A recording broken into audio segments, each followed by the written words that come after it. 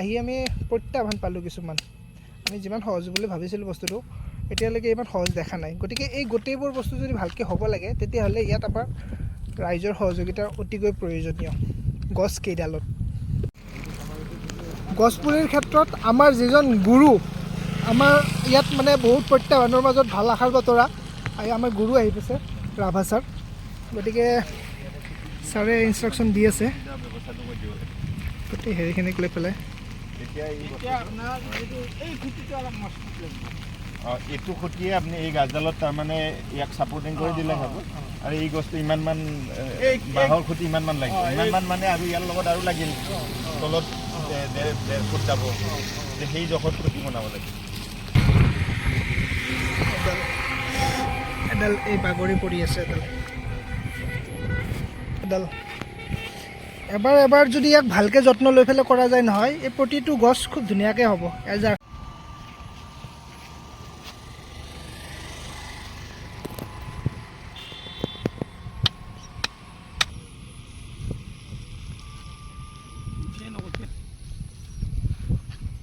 গোটেই বাচি আছে।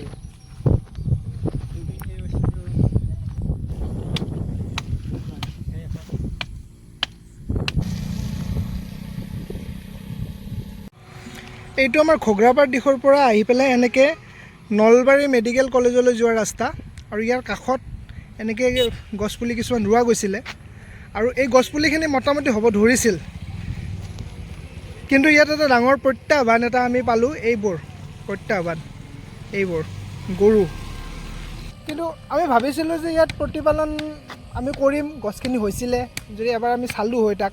এইবাৰ সি মানে বৰষুণ বা সাৰ চাৰ দিয়াৰ পিছত ধুনীয়াকৈ ওখ হৈ গ'লে, আৰু এইবাৰ ওখ হৈ যোৱাৰ পিছত আকৌ মানে ডাঙৰ হ'লে। গতিকে আমি প্ৰত্যাহ্বান পালোঁ কিছুমান। আমি যিমান সহজ বুলি ভাবিছিলোঁ বস্তুটো এতিয়ালৈকে ইমান সহজ দেখা নাই। গতিকে এই গোটেইবোৰ বস্তু যদি ভালকৈ হ'ব লাগে তেতিয়াহ'লে ইয়াত আমাৰ ৰাইজৰ সহযোগিতাৰ অতিকৈ প্ৰয়োজনীয়। গছ কেইডালত হৈছে মোটামুটি, কিন্তু এইডালক অলপ যত্ন ল'লে, ঠিক তেনেকৈ এইবোৰো তেনেকৈ অলপ যত্ন ল'লে এই গছবোৰ ধুনীয়াকৈ উঠি গ'লে। এজাৰ পুলিবিলাকৰ সেইটো খুব ভাল, গ্ৰ'থটো খুব ভাল, ছাৰ্ভাইভ খুব কৰে। সেইকাৰণে তাৰ নামটোৱে দিছে প্ৰাইড অফ ইণ্ডিয়া।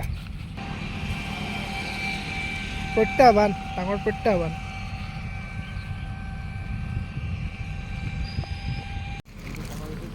গছপুলিৰ ক্ষেত্ৰত আমাৰ যিজন গুৰু, আমাৰ ইয়াত মানে বহুত প্ৰত্যাহ্বানৰ মাজত ভাল আশাৰ বতৰা। আমাৰ গুৰু আহি পাইছে, ৰাভা ছাৰ। গতিকে ছাৰে ইনষ্ট্ৰাকশ্যন দি আছে গোটেই হেৰিখিনিক লৈ পেলাই। এইটো খুঁটিয়ে আপুনি এই গাছডালত তাৰমানে ইয়াক ছাপৰ্টিং কৰি দিলে হ'ব। আৰু এই গছটো ইমানমান বাঁহৰ খুঁটি ইমানমান লাগিব, ইমানমান মানে আৰু ইয়াৰ লগত আৰু লাগিল তলত 1.5 ফুট যাব, সেই জোখত খুঁটি বনাব লাগিব।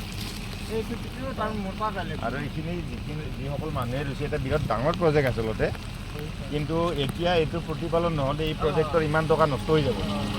গতিকে যিয়েই নকৰক, তেখেতসকলে অহা নাই। আমাৰ গ্ৰীণ গ্ল'বৰ মানে ৰাজেশ দত্ত বুঢ়া আৰু মই তেনেকৈ আমি লাগি আছোঁ গছ পুলিবিলাক হোৱাৰ কাৰণে।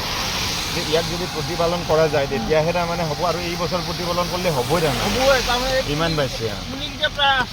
কিন্তু প্ৰতিপালন নকৰিলে মানে হেৰি হ'ব, এইটো ভাল নালাগিব বস্তুটো যে নহ'ব। যিহেতু ইমান এটা ডাঙৰ প্ৰজেক্ট, সেই মেডিকেলৰ পৰা বোধহয় মানে হাইৱে, সেই ঘগ্ৰাপাৰা সেই উঠা ৰাস্তাটো মই সেইফালেদি আহিলোঁ, দেখিছোঁ চব মানে এই এনেকুৱা প্ৰতিপালনৰ অভাৱত দি আছে। গতিকে গছ পুলি ৰুই প্ৰতিপালন কৰাটো ডাঙৰ কথা।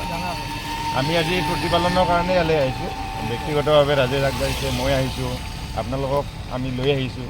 এতিয়া আমি এই যিটো বন মহোৎসৱৰ এই কেইদিন, যিটো আমাৰ এক মাহ চলিব, এসপ্তাহ চলিব, এই সপ্তাহত আমি কামটো কৰাৰ কাৰণে চেষ্টা কৰিম। কিন্তু এনেকুৱা নহয় যে আমি এসপ্তাহে কৰিম, কিন্তু যেতিয়ালৈকে কামখিনি নহয় তেতিয়ালৈকে এই পুলিকেইটা মানে আমি যত্ন ল'ব লাগিব। এতিয়া কোনে ৰুইছে আমি মানে সুধিও অফিচত খবৰ কৰিও ফৰেষ্ট ডিপাৰ্টমেণ্টক কৈও গম পোৱা নাই কিন্তু কোনে ৰুইছে। কিন্তু তেখেতসকলে ৰোৱা কামটো কৰিছে, কিন্তু প্ৰতিপালনটো নকৰাৰ কাৰণে যদি নষ্ট হৈ যায়, এইটো নিশ্চয় কোটি টকাৰ প্ৰজেক্ট হ'ব। এইটো এই পুলিডাল হৈছিলে ইমান ধুনীয়াকৈ হৈছে। চব পুলি হৈছে ন। যি বন মহোৎসৱ বুলি ক'লে আমি বন সংৰক্ষণ কৰিব লাগে। এতিয়া হাবি বননি সংৰক্ষণৰ ক্ষেত্ৰত আমাৰ যিখিনি নেশ্যনেল পাৰ্ক আছে, ৱাইল্ড লাইফ চেংচুৱেৰী আছে, সেইবিলাকত সংৰক্ষিত হৈয়ে আছে, কিন্তু সেইখিনিয়ে ছাফিচিয়েণ্ট নহয়।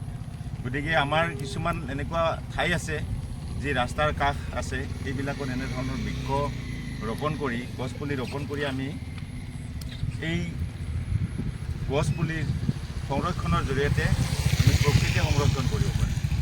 গতিকে আজি আমি ইয়াত আহিছোঁ, ইয়াতে ঘগ্ৰাপাৰৰ যি চকৰ পৰা আমাৰ নলবাৰীৰ যি মেডিকেল কলেজলৈকে যিটো ৰাস্তা নতুনকৈ বনোৱা হৈছে আৰু তাৰ কাষে কাষে বহুত গছপুলি ৰোপণ কৰিছে ইতিমধ্যে কোনোবাই। গছপুলিবিলাক কি হৈছে, ইয়াত গৰু ছাগলী বহুত থাকে কাৰণে গোটেই ৰাস্তাৰ গছপুলিবিলাকৰ বেৰবিলাক মানে সঠিক হোৱা নাই বুলি আমি অনুভৱ কৰিছোঁ। আৰু যিখিনি পুলি অৱস্থাত আছিলে সেইখিনি ঠিকেই আছিলে, এতিয়া যেতিয়া ডাঙৰ হ'ব যাওঁতে গছপুলিটোত মানে দেখাবৰ কাৰণে মই কৈছোঁ যে ইয়াৰ কি অৱস্থা হৈছে যে এই গছপুলিটোৰ মানে ইয়াত পৰা আৰু বাঢ়িব নোৱাৰে, কাৰণ গৰুৱে সহজতে লগ পায়। গতিকে এই ক্ষেত্ৰত ইয়াৰ প্ৰতিপালন মানে কি হৈছে, জৰুৰী হৈ পৰিছে। গতিকে যিয়ে নহওক কিয় বৰ ভাল কাম আছিলে, যি প্ৰজেক্টে নহওক কিয়, এই প্ৰজেক্টটো সাফল্যমণ্ডিত কৰিবৰ কাৰণে গছপুলিকেইটা আমি ইয়াক প্ৰতিপালন কৰিব লাগিব। এই পুলিকেইটা বচাব লাগিলে ইমানমান ওখ কৰি মানে কি হ'ব, বাঁহৰ খুঁটি দিব লাগিব, যিখিনি মজবুত হ'ব লাগিব। কম্পাৰেটিভলি যে এই খুঁটিবিলাক যথেষ্ট দুৰ্বল হয়, গৰুৱে সহজতে ভাঙিব পাৰে। গতিকে ইয়াতে মানে কি হয়, ডাঙৰ বাঁহৰ খুঁটি লাগিব তিনিটাকৈ, আৰু এই নেটটো কিছু ওখ কৰি দিব লাগিব যাতে এই গছপুলিকেইটা হয়। কিন্তু এই বছৰ যদি প্ৰতিপালিত হয়, এই হ'বই নিশ্চিতভাৱে। আৰু আটাই আমি এই গছপুলিকেইটা ৰোপণ কৰা ব্যক্তিসকলক আমি ধন্যবাদ দিছোঁ, কিন্তু আমি প্ৰতিপালনৰ ক্ষেত্ৰত তেখেতসকলেও আগবাঢ়ি আহিলে ভাল পাম আজি যদি এই কথাখিনি গম পায়। মানে এই গছপুলিবিলাক ইতিমধ্যে মোটামুটি 3-4 ফুট ওখ হৈছে। গতিকে এইখিনি গছক যদি আমি এই সময়ত যদি একবাৰ যত্ন ল'ব পাৰোঁ, কাৰণ এইখিনিত আমি নতুনকৈ কোনো ধৰণৰ গছপুলি নুৰুই পেলাই এই ৰাস্তাটোত যিটো আমাৰ ঘগ্ৰাপাৰ হাইৱে ৰাস্তাৰ পৰা যিটো আমাৰ নলবাৰী মেডিকেল কলেজলৈকে বহুতখিনি গছ ৰুইছে, 5,000 মানৰ ওপৰতে হ'ব। হ'লে ইয়াৰ বহুতখিনি গছ কিন্তু এইটো পৰ্যায়ত আছিল বা হৈছে, কিন্তু কথাটো হ'ল যে ছাৰে কোৱাৰ দৰে ইতিমধ্যে কিছুমানৰ মানে যিটো ঘেৰ দিয়া হৈছে, ঘেৰটো দুৰ্বল হৈছে, আৰু যাৰ কাৰণে এইটো চাব পাৰে, এইটো একদম মানে এইবোৰ গৰুৱে খাইছে, এইবোৰ আগবোৰ গৰুৱে খাইছে। কিন্তু এই এজাৰ গছ হয়, এজাৰ গছে মানে ছাৰ্ভাইভ কৰে। গতিকে আমি ভাবিছোঁ সেইকাৰণে যে এই বস্তুখিনিক আমি যদি যত্ন লওঁ, নতুনকৈ গছ লোৱাৰ কোনো প্ৰয়োজন নাই। গছখিনি আমি ধৰি লওক এতিয়া আমি এইখিনি কৰিছোঁ নিজৰ খৰচত, ইয়াত কোনো চৰকাৰী অনুদান নাই, কোনো ফৰেষ্ট ডিপাৰ্টমেণ্ট বা কোনো বেলেগ ডিপাৰ্টমেণ্টে আমাক কোনো ধৰণৰ একো মানে সহযোগ কৰা নাই।